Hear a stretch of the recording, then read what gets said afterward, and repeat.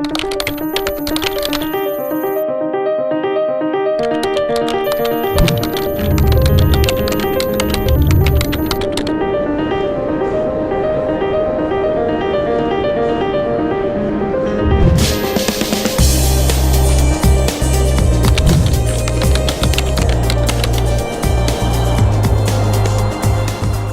boa tarde. Desde já agradecer à organização do evento, o próprio evento e o convite que nos foi formulado para estarmos aqui hoje a apresentar o nosso trabalho. Ora bem, penso que não podíamos estar em melhor momento para fazer esta apresentação, depois de termos ouvido o Dr. João Seixas falar da cidade como um espaço de vivência, um espaço em que nos relacionamos e, de seguida, o Dr. Cruz Lopes falar-nos que é necessário intervir e entrar no quarteirão da cidade. É precisamente sobre isso que nós temos refletido e, portanto, hoje vínhamos apresentar aqui uma reflexão nossa enquanto projetistas, arquitetos paisagistas, para uma reflexão, portanto, para a cidade do Porto, que certamente todos conhecem.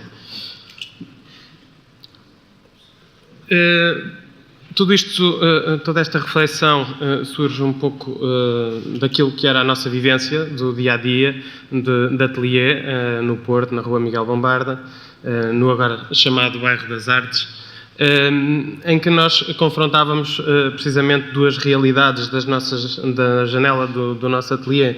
Um interior de quarteirão, amplo, cheio de luz e muito calmo, que confrontava com a janela do outro lado, em que nos deparávamos com uma fachada de uma casa ali a 5 metros de distância, 7 metros de distância. Portanto, começamos a fazer essa reflexão, porque esta vivência, portanto, o que está virado e o que está na rua, a forma como as pessoas vivem o espaço, é se calhar a parte menos interessante da cidade e, portanto, tudo isso era muito intrigante para nós e, portanto, esta reflexão. Começámos a pensar que realmente a cidade podia ser encarada como um tecido vivo, onde as ruas seriam os seus espaços de transferência e espaços intersticiais e os núcleos seriam estes centros de atividade que eram o interior dos quarteirões. Portanto, a nossa reflexão foi mais orientada para a zona da cidade de Sedufeita, Rua Miguel Bombarda, toda essa zona, que no fundo reflete muito o que é a matriz do Porto, que é uma matriz muito densa, com uma rua também normalmente exígua e pouco interessante. Nesta área a malha é essencialmente ortogonal e isto porque assenta num platô, uma zona plana, e portanto a partir daí começámos a tentar perceber como é que se organizava a cidade e como é que poderíamos contribuir para uma nova ideia de cidade. Portanto, realmente o que temos acesso na cidade são estas ruas, estes espaços intersticiais, que são normalmente disputados com o automóvel, normalmente de uma forma desequilibrada, mas para lá destas ruas existem todos os espaços verdes que vos mostrava, espaços de logradouro, espaços com uma oportunidade muito grande, com uma potencialidade enorme para serem utilizados pela cidade e que precisa realmente de espaços que vivam de outra forma, que vivam para o interior e do interior para o exterior e serem então mais dinâmicos estes espaços de cidade. No fundo, começámos a perceber desde logo que a apropriação destes espaços de interior de quarteirão deveria ser uma estratégia de criar uma nova cidade, um novo paradigma de vivência, essencialmente, e, portanto, perceber que estes núcleos, no fundo, iriam representar espaços diferenciados de si, portanto, sendo sensíveis sempre à cidade que os rodeia, àquilo que acolhem no seu casco exterior, vá lá, e, portanto, criar com isso a diferença e criar situações únicas e específicas, porque só assim conseguimos garantir que são espaços que virão a ser utilizados, porque cada um dá resposta a necessidades concretas. Estes núcleos, portanto, como falava há pouco, potenciam as vivências, exatamente, fazem cidade. As vivências de vizinhança, tão importantes para nos sentirmos em casa e nos sentirmos pertencentes a uma realidade, as circulações dinâmicas entre estes espaços, portanto, e que promovem este encontro, e ao mesmo tempo que nos dão algo que não temos nestas malhas mais densas, que são os espaços de lazer, espaços de atividade e espaços de exposição.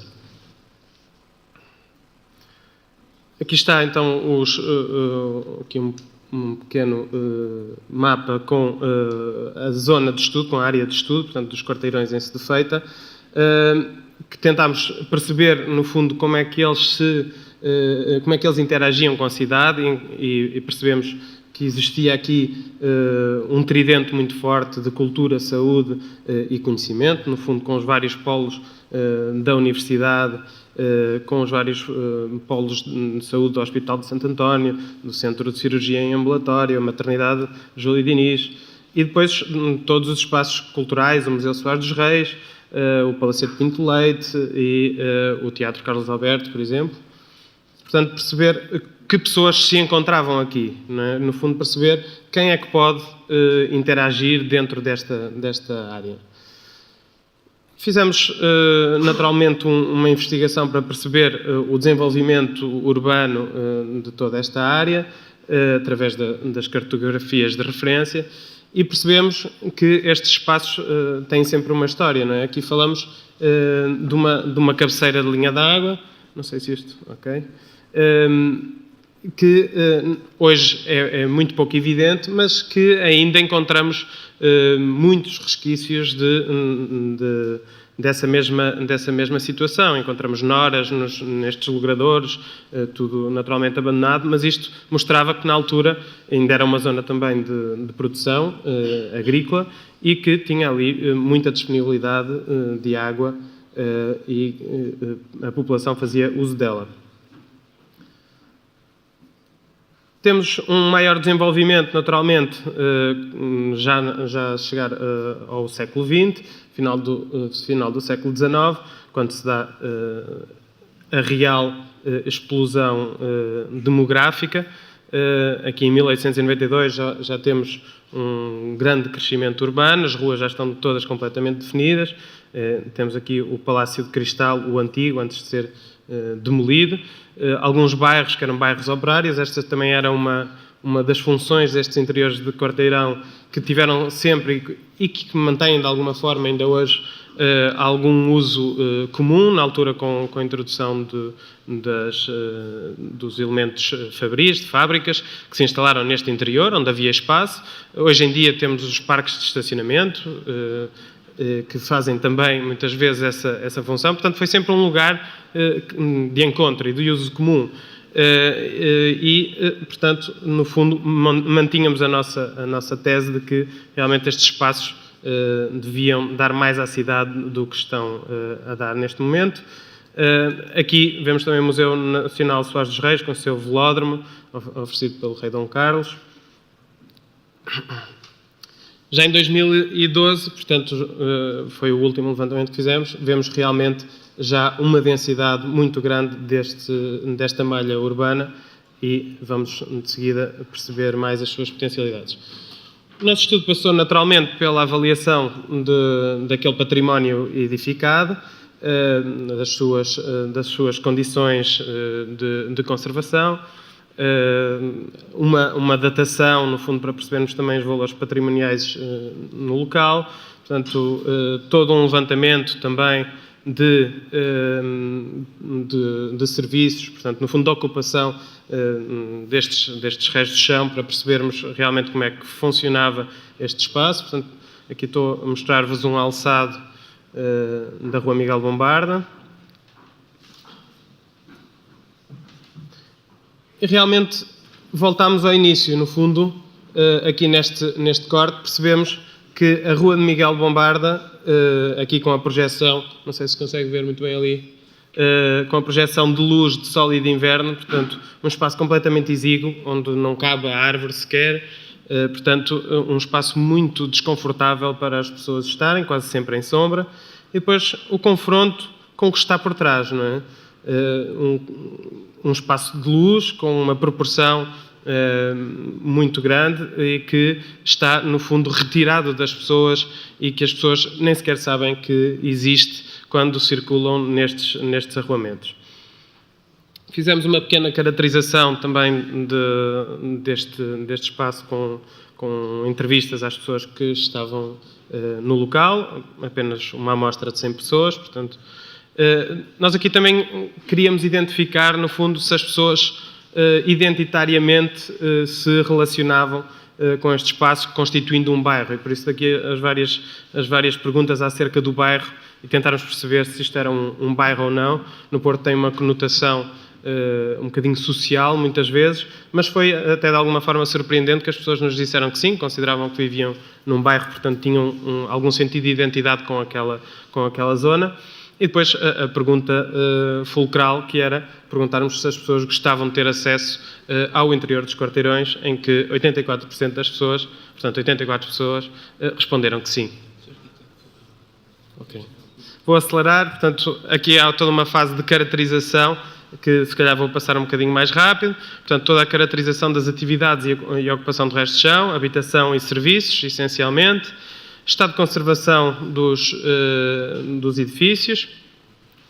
Portanto, em mau estado tínhamos 16%, num estado de conservação médio 38%, 44% em bom estado, portanto, não eram maus resultados também, ainda assim. Património, público e privado.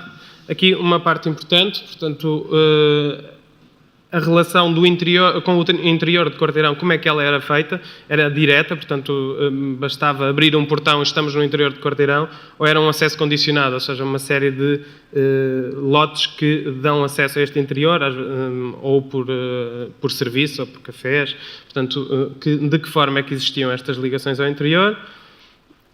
A permeabilidade dos espaços. Fizemos um levantamento de património arbóreo e fomos conhecer um bocadinho o que é que caracterizava estes espaços. Já estamos a ver imagens destes interiores, uns mais fechados e com maiores constrangimentos que outros. Portanto, interessava-nos também perceber o que é que era esta paisagem urbana e as referências que tinha esta paisagem em termos arbóreos, que conseguimos identificar à distância, os plátanos, os eucaliptos, chegava a haver eucaliptos no interior, e uma diversidade imensa de vegetação no espaço interior. Eu vou passar estas fotos um bocadinho mais rápido. Isto é já dentro do Museu Sós dos Reis. Só mostrar-vos, então, algumas fotografias mais de resto de chão, no fundo. Que espaços são estes? São espaços de logradouro, umas vezes mais densos, outras vezes menos, umas vezes mais abandonados, outras vezes mais junto às casas, normalmente ainda com algum cuidado. Novamente, Soares dos Reis e o seu velódromo, que são 10 mil metros quadrados, que raramente se imagina que estão naquele sítio.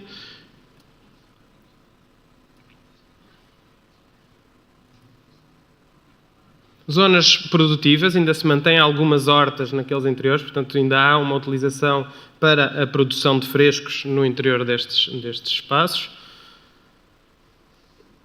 E, portanto, nós achávamos que estavam reunidas realmente as condições para mudar aqui o paradigma da paisagem urbana. E com paisagem urbana quero dizer exatamente a forma de viver este espaço urbano, com todas as suas, com os seus pontos de interesse e com as suas limitações, mas no fundo fala-se de viver de forma diferente, dar às pessoas condições para voltarem às cidades, para viverem as cidades de uma forma diferente, de forma a que aprofundem os laços com a cidade e vivam nela com qualidade de vida.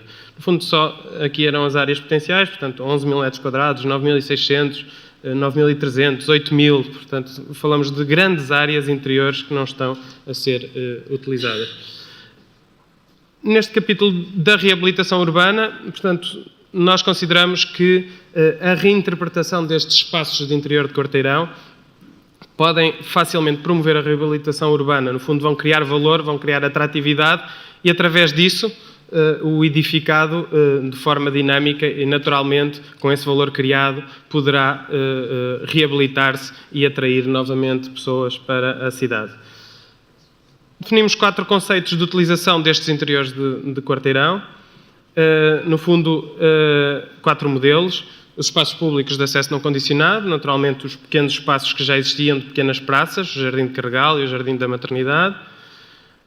Os espaços públicos de acesso condicionado, portanto, alguns deles funcionariam como âncoras desta nova vivência.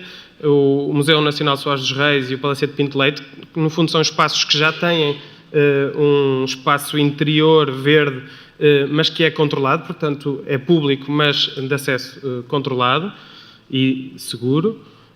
Os espaços privados de acesso condicionado, portanto, aqui são espaços que são, em parte, podem ter algumas âncoras públicas, no caso a universidade tem alguns terrenos, as pessoas têm terrenos também, alguns mais abandonados que outros, e portanto estes espaços que se poderiam constituir como um todo e dar acesso ao seu interior, quer fosse pelos serviços, que no fundo podemos estar na rua, passar e consumir uma água ou um lanche ou uma coisa que levamos para o interior e fazemos lá o nosso almoço, por exemplo, ou acedemos através do centro comercial e usufruímos daquele espaço. E, no fundo, e por último, os espaços privados de acesso restrito, que seriam espaços de utilização comum que se mantêm privados, portanto, só através da habitação é que conseguimos aceder a eles, mas, no fundo, criam também esta nova vivência, estes espaços interiores de vivência comum.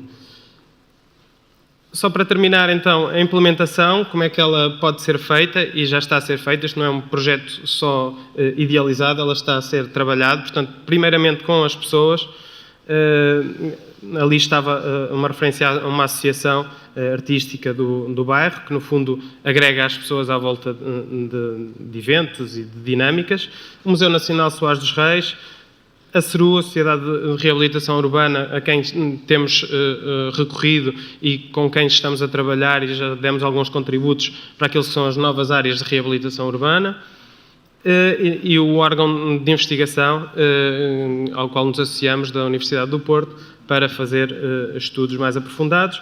Vou muito rapidamente passar o caso de estudo, espero que não seja demasiado rápido. Só para, então, concluir, portanto, pegámos num destes quarteirões que seria privado de acesso público condicionado, percebemos as entradas, uma possível organização interior, a relação com as fachadas anteriores dos prédios e uma questão muito importante e que poderia e que dará viabilidade a uma situação de reabilitação do interior, que é manter privado aquele espaço que é contíguo ao edifício. Portanto, numa determinada dimensão, o proprietário manter a propriedade privada, porque todos nós preservamos o nosso espaço privado e não estamos dispostos a abdicar dele. Ok. Portanto, aqui só a transformação, muito rapidamente. Portanto, os tais espaços privados, espaços de transição e de filtro para este interior, as atividades que se podem colocar, o reforço da vegetação arbórea e agora só o corte com a alteração, portanto, do existente em primeiro para o proposto. Para, então, finalizar, só uma vista daquilo que poderia ser o interior de um quarteirão, com uma vivência urbana, produtiva, ao fundo, com vivência de lazer e na relação com o espaço já existente. E, último slide, só mesmo para terminar, aquilo que estamos a fazer agora, passamos da análise daquele quarteirão para aquilo que é a zona de intervenção prioritária da cidade do Porto, definida pela CERU Porto Vivo, e neste momento estamos a analisar novamente as permeabilidades, portanto o potencial destes quarteirões. Obrigado pela vossa atenção.